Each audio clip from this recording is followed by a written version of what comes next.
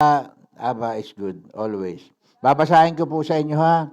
Passover restrictions. Mga kapatid na nasa Zoom at nasa FB Live, please listen carefully. Passover restrictions. Ito po ay sa Exodus chapter 12 verse 43 to 50. Verse 43, Abba Yahweh said to Moses and Aaron, these are the regulations of the Passover meal. Sa Tagalog, sinabi ni Abba Yahweh kay Moses at kay Aaron, ito ang mga regulasyon ukol sa pagkain ng Passover meal. Oh. No foreigner may eat it. So, walang foreigner na maaari ditong kumain. Ibig sabihin ng foreigner, hindi Israelita. Okay? Hindi Israelita. So, lahat tayong Israelita, hindi saklaw nitong salita na no foreigner may eat it. Okay? Verse 44, any slave you have bought may eat it after you have circumcised him. So, ibig sabihin, sa ngayon naman hindi ito pwede mag-apply sa atin kasi wala naman na tayong slave. Walang slavery sa atin. But a temporary resident or a hired worker may not eat it.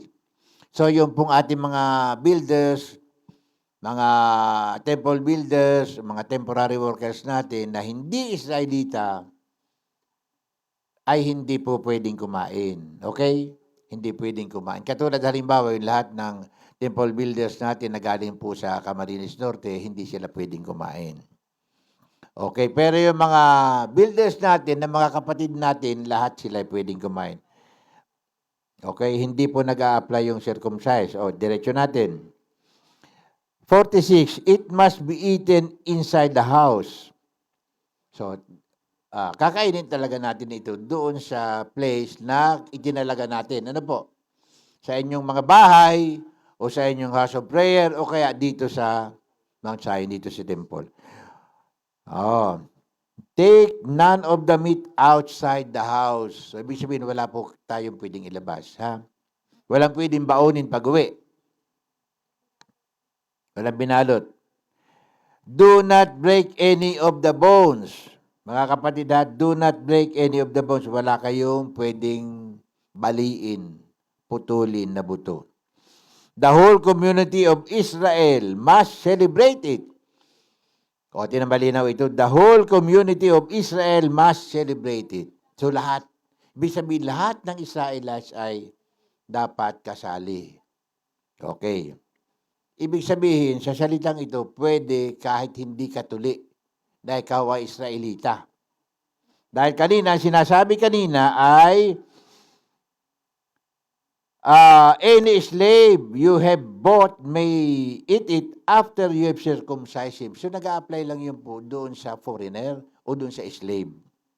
Okay? Hindi po nag-a-apply sa Israelita. Okay? 48. Foreigner residing among you who wants to celebrate the Lord's Passover must have all the males in his household circumcised.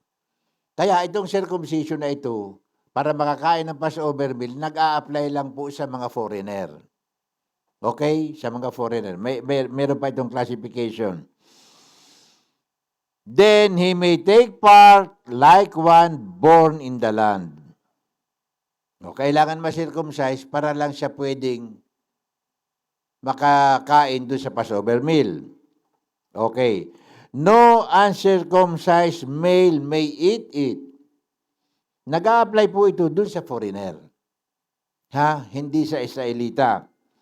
The law applies both to the native born and to the foreigner residing among you. Yung native born na mga hindi Israelita na nananahan doon sa lupain ng Jerusalem o ng Israel. Native born, kahit yung mga foreigner na yun, hindi sila Israelita, pero ipinanganak na sila ay doon sa Israel, ay sila po ay no circumcised male may eat it. Then he may take part like one born in the land. So malinaw yun. The same law applies both to the native born and to the foreigner residing. Okay. So, kung yung mga native born o pinanganak na doon na foreigner, yun pa rin ang mag-a-apply sa kanila. Kailangan pa rin natutuliin sila. This applies only to the foreigner and to the slaves. Okay. The same law applies both to the native-born and to the foreigner residing among you. Hindi dito sinasabi na yung Israelites. Dahil ang sabi kanina sa 47, the whole community of Israel must celebrate it. So regardless ito, kahit ikaw ay hindi tuli. Okay, malinaw po yan? O, tingnan natin. Anong kasunod? Sa 50, all the Israelites did just what Abiyahawa had commanded Moses and Aaron. And on that very day, Abiyahawa brought the Israelites out of Egypt by the divisions. Oh, malinaw po ha. So mga kapatid, yung nakabasa nung aking nung post ko kanina, it only applies to the foreigners, native-born, or to the foreigners residing with you. O kung may mga foreigner kayo na kasama sa inyong bahay, mga foreigners, hindi ito Israelites. Yun lang po ang sinasabi na hindi pwedeng kumain, ng Passover meal. Kasi ang pag-celebrate talaga ng Passover meal, mag-apply talaga ito dun sa mga nagpasakop kay Abiyahawa. So, yun po. Malinaw po yun Nag-a-apply lang po yan sa mga slaves, although wala na tayong slaves ngayon, and to all foreigners who are native-born, pinanganak na doon sa inyong sambayanan o sa Israelita, or to the foreigners residing with you. Ibig sabihin, ito yung mga bagong dating na mga foreigners. And hindi rin pwedeng kumain yung mga hired workers. Kung hard workers or temporary workers naman ninyo ay Israelita, ibig sabihin, kasama din natin sa kapatiran, pwede rin silang kakain. Kahit hindi sila tuli. Ito po yung regulasyon tungkol sa Passover. Meron namang ibang regulasyon na naman yung tuli, di ba? Yung covenant of Abraham yun So kaya lang dito, in-specify po talaga na yung mga foreigners or native-born or foreigner residing with you, hindi pwedeng kumain. So ibig sabihin, kung may mga anak po tayo, yung anak ninyo, dahil kayo, anak natin lahat, dahil tayo ay mga Israelita, kahit pa hindi pa yan tuli, pwede po ay kumain. Okay? Kahit di pa yan tuli, napakalinaw nito, pwede po siyang kumain. So sana malinaw po. Pwede po bang lagyan ng dressing yung bitter herbs? Ang lagyan na lang po niya bitter. Huwag po ninyong lagyan ng dressing, marahil. Huwag na lang kayo maglagay ng dressing sa bitter herbs.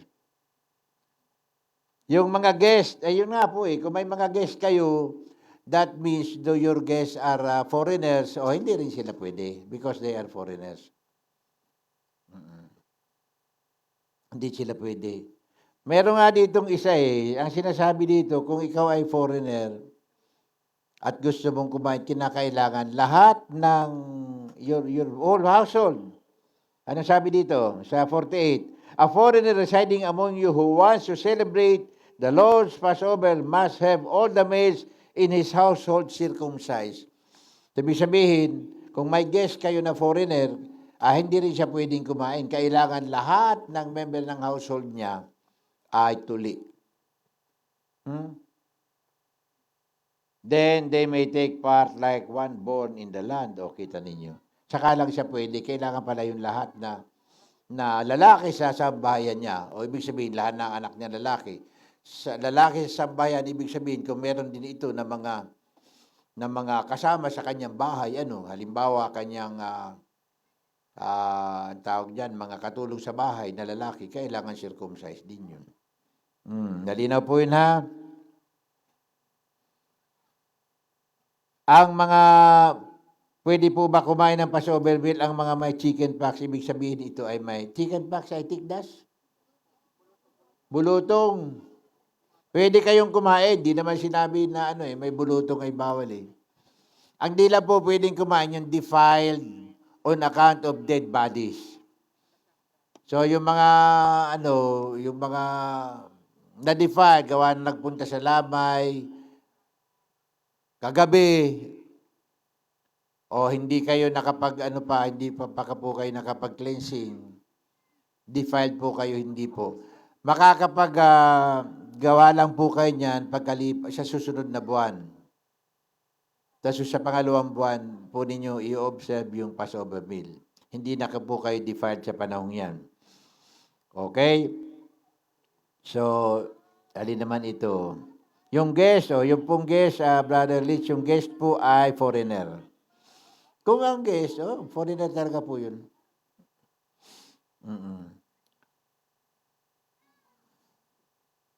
Bawal ang may chicken pox. Ibig sabihin kung may sakit lang po kayo, defiled kayo, pero pwede kahit ang defilement nga ninyo, regla, may sakit kayo or what, pwede kayo kumain. Kaya ang sabi nga dito ay all Israelites must celebrate it. Di ba? Sabi doon?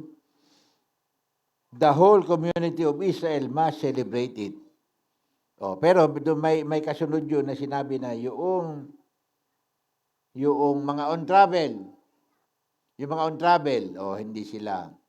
Yung namang mga nasa ibang bansa na hindi on travel kasi nasa ibang bansa kayo, nakadestino talaga kayo dyan, ay di kayo po lalo na may mga chapter tayo dyan, kayo po talaga ay dapat mag-participate o mag-celebrate. Kaya nga inalaw natin na pwede kayo bibili na lang ng karne dyan, either tupa, baka, or kambing in your location, and then wag ninyong lulutuin ng ibang luto. It's either i-fried ninyo or lutuin nyo sa oven, ganun. Pero wag niyo pong ilalaga, wag niyo gagawin bulalo, wag niyo gagawin kaldereta, walang ganun. Kailangan po yan ay inihaw or diluto sa toaster o kaya prinito, fried. Okay? Meaning guest po na opinion. Ay, kung guest yan yung guest ninyong opinion, ibig sabihin kapatid natin yung guest ninyong yan. Kung guest yan, ibig sabihin galing sa ibang chapter, ay diyan po ay kapatid natin.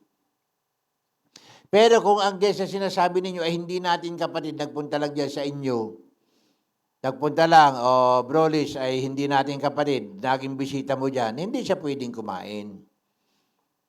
Hindi pa kasi siya kasama sa community of Israelites. Hindi pa kailangan talaga yan, Brolis, kailangan niya kausapin mo na yan. Kung gusto na nila makapag-join, makapag-observe, makasunod kay Aba, kailangan nilang pumasok sa kingdom ni Ama. Kasi sa loob ng kingdom po ni Ama, binapractice yung kanyang mga kautusan.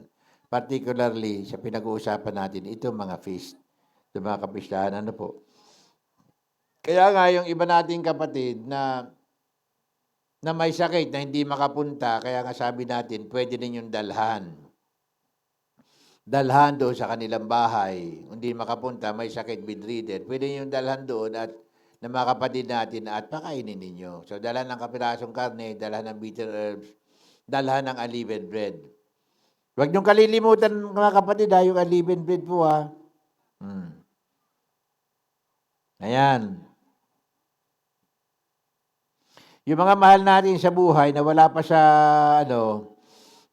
sa kingdom ay yan hindi natin sila makukonsider kasi hindi pa po sila believer ng Abayawa hindi sila follower ng Abayawa So, mahirap na i-treat natin sila na kapatid na natin dahil ang tinitingnan natin kapatid natin kay Aba ay yung mga sumusunod sa kautusan ni Aba Yahweh. Kaya nga, ang mga kapatid natin ay hindi rin sila pwedeng gumanap ng mga ibang gawain natin dito sa kingdom. Hindi rin po. Kasi hindi pa talaga sila. Hindi ko alam kung foreigner ang tawag natin dyan. But, non-believer sila kumbaga. So, para safe po tayo, hindi na lang muna po sila kasali. Hindi na muna sila kasali yung mga hindi pa po natin na kapatid natin sa biological, kapatid natin or asawa natin na hindi pa po natin kapanalig, hindi po muna sila kasali. Paano po ang family ko? Kasama sila sa nag-alay ng tupa. Consider na po ba silang hindi po? Kung sila po ay nag-alay dahil sa inyo, nag-join sila, gusto nilang nag-alay, ay iyon po ay marahil bahagi yan ng pagtawag sa kanya. Baka eventually, magiging kabahagi siya. Nagiging kabahagi siya ngayon. Eh, siya ngayon, hindi pa natin siya consider na kapatid talaga natin eh. Ito mahirap eh. Kung believer na siya, hindi pa rin natin siya matatawag na believer natin eh. Believer na kay Abay Hawa eh. Nag-alay lang sila, so hanggang dun lang. Marahil, naniniwala na sila na ano na kailangan o bahagi ng pagsamba yung pag-aalay. Mabuti 'yun. Mabuti po 'yun. Ayan ay ibig sabihin sis, ayan ay medyo ipag-pray natin yung kapatid mong 'yan na tumutulong na, I mean, nagbibigay na sila ng donations nila or contributions. Ibig sabihin naniniwala na rin po sila eh. O ay hindi pa natin talaga masabing kasama na sila sa kawan eh, no? Kaya ayaw kong magkamali tayo dito mga kapatid. Mahirap na ano eh. Kasi pag ginawa natin yan, ibig sabihin kahit sinong Pilipino, pwede na. Dahil mga Israelita tayo, ay pero maraming Pilipino di naman kinikilala at di nila alam at di sila naniniwalang Israelita tayo eh. So, hindi marahil. Wag na muna po. Saka na lang po. Saka na lang po natin ayusin yan. Pag talagang nasa loob na sila, ay saka na natin.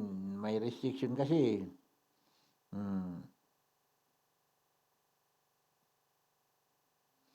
So nga, may isang katanungan dito kay Sis Jo Abroad. Aming kahan, itatanong ko lang po ang aming kapatid about po sa tuli. Di ba po ang ninuno natin 8 days parang natuli na. So, lahat ng isinatupunan ay puro tuli na po lahat. Days pa lang. So, di ba lahat ng mga ninuno po nating isilit ay tuloy na habang kakain ng Passover? Maaari po ganun kasi nag-umpisa lang ang pagtutuli kay Abraham eh.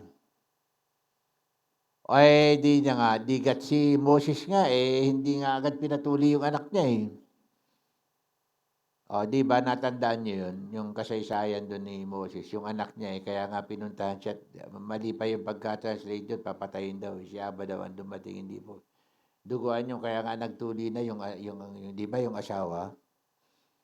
Yung asawa ang nagtuli doon para matuli na. So, di rin natin masasabi. Pero doon sa Exodus, noong panahon yun, malaki ang chance na sila tuloy na lahat. Dahil ano yan eh, di ba? Magkakasama sila doon sa Goshen. Sa Egypt, sama-sama sila doon, di ba? Buhay pa si Jacob, yung tatay nila, nagpunta sila lahat doon. So, most probably, sila po ay nagpa-practice ng circumcision. So, maaring lahat sila tuli. Yan ay sa panahon ng Exodus. O, maaring lahat po sila tuli. Tama po yun. Pero, after Exodus, hindi na natin alam ng panahon ng mga hari kung pinapractice pa nila yung pagtutuli.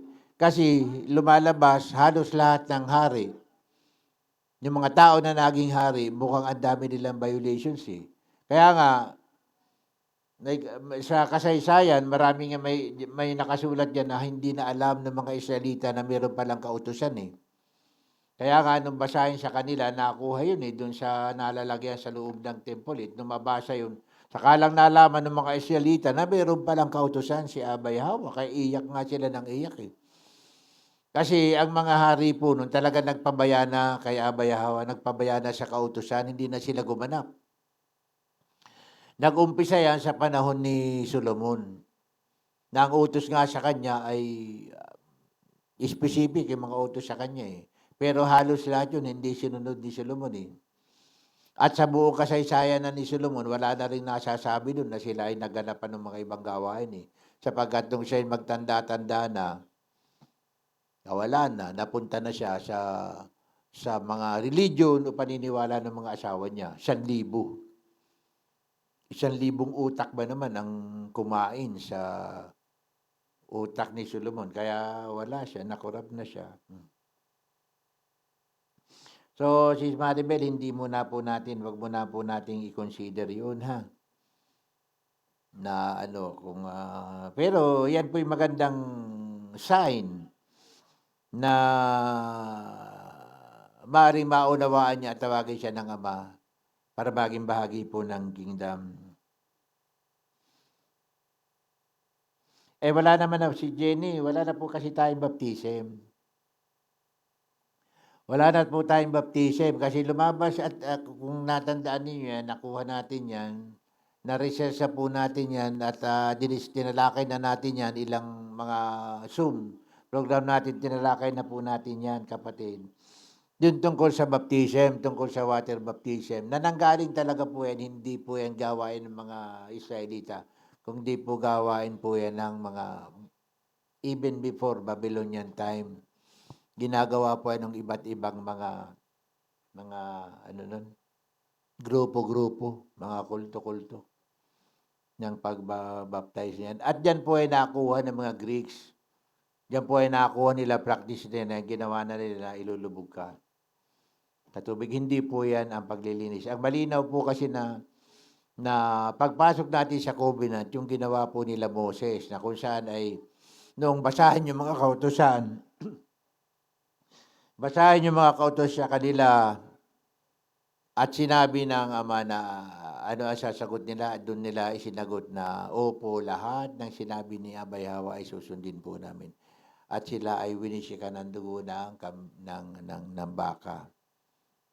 Yun po yung covenant. Yung pangako ng Israelita na tutupadin nila ang lahat ng kautusan ng Ama. Hindi po yung wala po. Sa atin po, wala pong water baptism.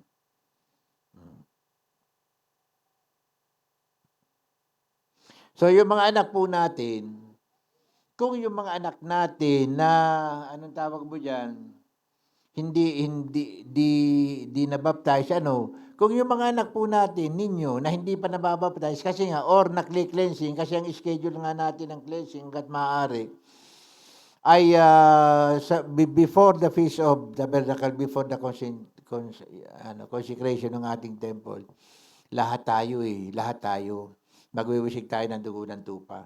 Yun ang pinaka-cleansing natin pag pasok natin sa covenant. So, kung yan pong anak mo, kung yung anak mo, Jenny, ay believer at naniniwala na kaya ba, waiting na lang, naghihintay na lang ng schedule ng ating cleansing, pwede mo na po siyang kasali sa Passover. Yung mga ganyan po ang kaso, mga kapatid, naghihintay na lang, meron na pong mga ganun eh. Naghihintay na lang sila kasi nahinod na nga natin yung water baptism na yan. Matagal-tagal din tayo naloko niyan, 4 na taon din. 4 na taon din na. Ngayon po ay naghihintay na lang sila, yung lahat ng mga nakausap na ninyo at schedule for baptism. Now, papasok sila sa cleansing. Pwede na po silang kumain. Kasi naka-schedule na po sila eh. Okay, kay Sis Linda po nung kaad, forever po ba defile ang hindi nakapagpawisik na defile dahil sa patay, mag-iisang buwan nang nailibing? Opo, ang defilement po sa dead bodies hindi po nawawala hanggat hindi po kayo nagpapawisik ng heifer solution, yung red heifer solution. Kaya nga nagpadala tayo sa mga chapter noon. At gayon po, sa Feast of Tabernacle natin, tayo po'y magsusunog uli, gagawa uli tayo ng abo ng red heifer para yung mga kapatid na hindi nawisikan, pagdating dito sigurado tayo na mawiwisikan sila lahat bago po papasok sa temple. Kasi hindi na natin malaman eh. Tayo na mga nawisikan na, okay na. Pero mula nun, 1 taon na nakariripas, marami tayo nadagdag na mga kapatid na di natin alam kung nawisikan sila, Yan. So, sisiguraduhin natin na mawiwisikan po sila pagdating dito. So, yun lahat po, magpalista kayo pagdating ninyo dito para mawisikan kayo, para matiyak po natin na kayo po ay hindi na defile. So, regardless po, kung 1 taon na yan, 2 taon na yan, wala po yun. Ang sinasabi po dyan, hanggat hindi kayo nawiwisika ng Riedhofer as solution, ay hindi po mawawala yung defilement sa dead bodies.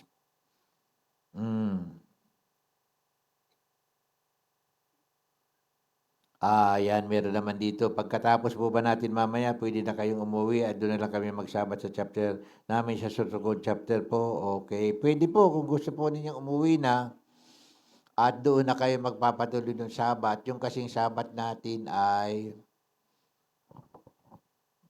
bahagi na po yan ng Sabat saka yung unleavened bread natin nagkasabay na eh. Bukas yung Sabat eh, di ba? Parang hindi pa pwedeng umuwi. Mga kahandi ba hindi pwedeng umuwi? Immediately hindi po pwedeng umuwi pala the following day. Kan Felix, di ba pwedeng di umuwi Hindi pwedeng umuwi. Oo, malinaw po yun. Mabuti naalala natin. Hindi pwedeng umuwi. Deuteronomy chapter 16. Sorry, brother Joe. Nasusunod, hindi po talaga pwedeng umuwi. Uuwi talaga kayo after the Holy Convocation. Yan. Sa bagay, kaya nga pala, siya, hindi talaga kasi kaya nga nagpadagdag tayong pagkain hanggang bukas. Kaya nga hanggang bukas at sabi nga natin, matatapos tayo alas 2, kaya dapat kakain pa rin tayo hanggang tanghali. Yan Brother Joe, sorry kapatid hindi po pwedeng umuwi. Lahat mga kapatid natin, hindi po pwedeng umuwi. Kailangan ay tatapusin natin yung activity. Ayan. Yada opo, hindi pa full. Bawal na kumain ng mga may livening. Bukas, bawal na rin po. Kaya ngayon nga, ang kakainin natin ay unleavened bread na. Mali pala yung sabi ko, bawal kumain ng unleavened bread. Dapat kakainin po natin ay unleavened bread. Pero pwede kayo kumain ng ibang pagkain, basta clean food. Pero, kailangan sa pagkain ninyong yan, maga, tanghali, hapon, basta araw-araw, doon sa buong Feast of Unleavened Bread, kakain po tayo araw-araw ng unleavened bread. Atin ito lahat, okay? So, maraming salamat po. Back to our technical group para sa pagpatuloy po ng broadcast. Thank you po. Bye-bye.